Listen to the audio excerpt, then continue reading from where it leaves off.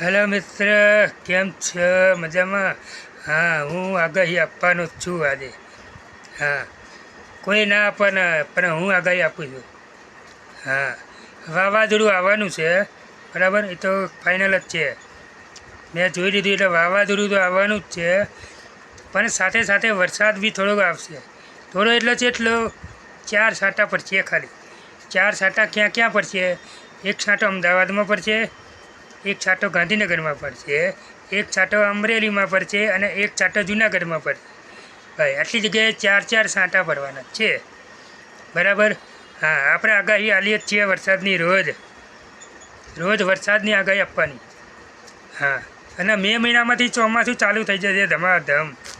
ક્યાં ચાલુ થવાનું છે એ મારા બીજા વિડીયોમાં આવશે. હા, મે મહિનામાં ચોમાસું ચાલુ થઈ જવાનું છે, પણ ક્યાં ક્યાં વરસાદ પડશે એ પહેલાં હું કહીશ.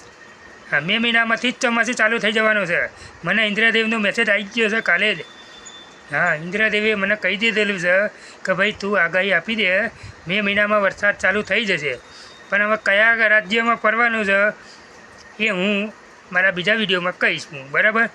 ત્યાં સુધી તમારા વિડીયો જોઈ લો અને મજા કરી લ્યો, સમજી ગયા? બાકી આપણી આગાહી આવશે, આગાહી ચાલુ જ રાખવાની, ફૂલ આગાહી.